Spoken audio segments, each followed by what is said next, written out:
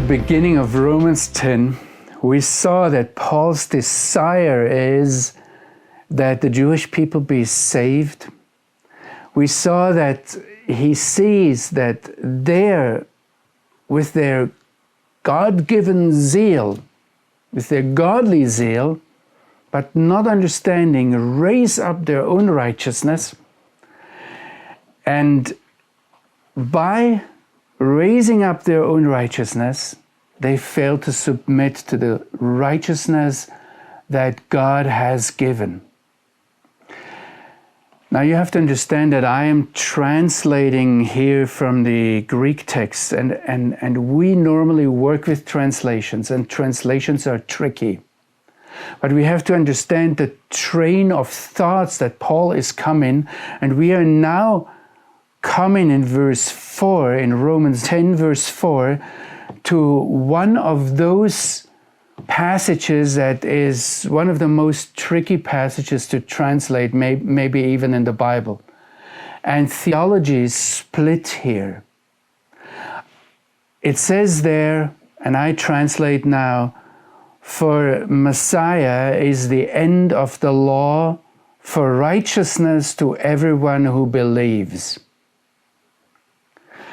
And the question is, how do we understand it? How do we understand it in the train of thoughts that Paul is developing here? And how do we understand these words properly? Very often it has been translated that Messiah, Christ, is the end of the Torah, the end of the Old Testament, in a sense that it is the dissolution, the termination, the cancellation, the cessation of the validity of everything that is written by Jewish people in what we call the Old Testament. Actually, the very term we use here, the Old Testament, for what is written in Hebrew, is testifying to this kind of theology. We say now something new is coming in, that with Christ we have the New Testament. And here it says, Messiah, Christ is the end of the law.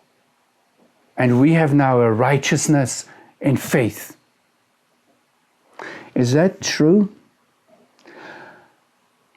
In Romans 3, in verse 33, Paul has asked this question because he makes statements that could be understood in that way.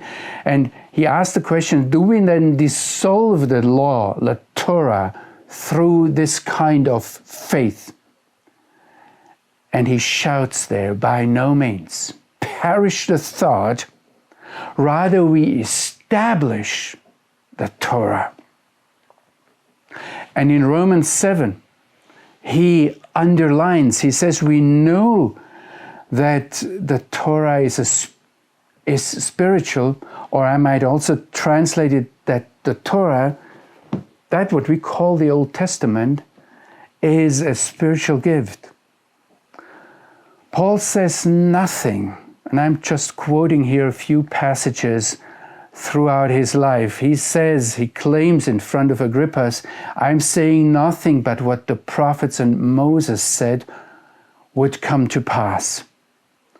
Or in another incident, he said, he expounded to them, testifying of the kingdom of the one true God, persuading them concerning Yeshua from the Torah of Moses and the prophets from early in the morning until late at night.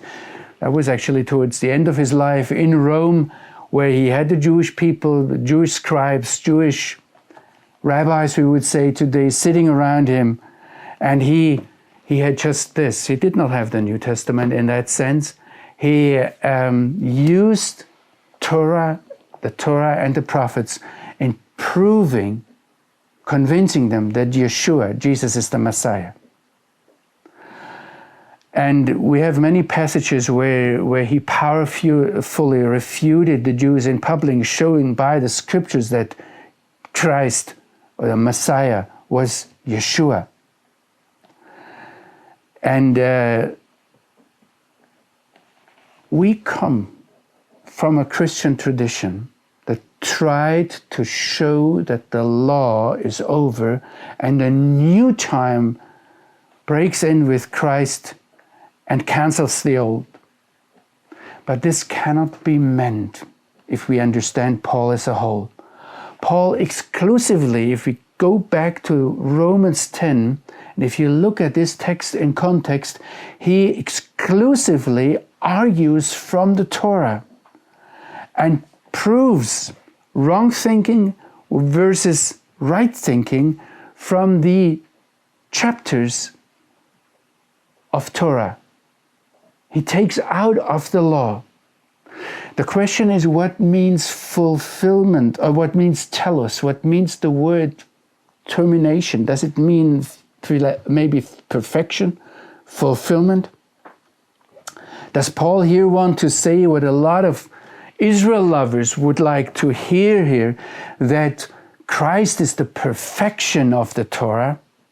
In a way, as he says, do not think that I've come to terminate the Torah and the prophets. I have not come to abolish, but to fulfill. But if we translate telos, the word that is the end, here as perfection, fulfillment, and I have this of we would today say Messianic Jewish scholar, it's a Jewish linguist. He says it would be contrary to the language to translate it as Messiah is the fulfillment of the Torah. In Greek it would have been not telos but teleosis or pleroma that should be used here, and Paul uses it in other passages. So it's difficult to translate that Christ is the goal or the purpose of Torah. Even theologically, it's right. But here in this context, it doesn't say it. Think where Paul is coming from. He says they have zeal, but through their zeal, they rose up their own righteousness. He doesn't say that it's all wrong, but he says by raising up their own righteousness, they did not submit to God's righteousness. So we have to ask, if he now goes on that Messiah is the end of the nomos, we maybe have to ask what nomos means. And I did something you should normally not do as a theologian who wants to be taken seriously. I looked up Wikipedia, and there it says that nomos is the Greek term for law, but it may also mean a custom or agreement. It is something that is valid for all living beings.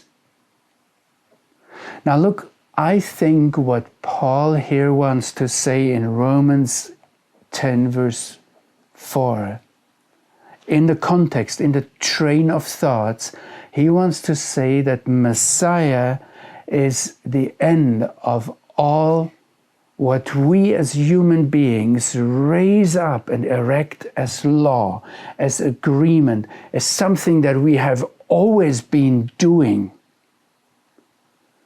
It is whatever establishes or is the foundation of our understanding of things.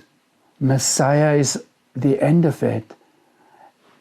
If we look for righteousness, if we look for something that comes up to God's standards, to God's measurements, then we have to look at Messiah. And that's what Paul's saying here, and that's valid even for us. It's the way he formulates here. He says Messiah, Yeshua, abrogates all directive, all the regulations that are established by men, all customs, everything that has always been done this way, all agreements, treaties, in fact, the law par excellence. He abolishes it, and we must surrender ourselves to Messiah in order to become the righteousness of the one true and only living God.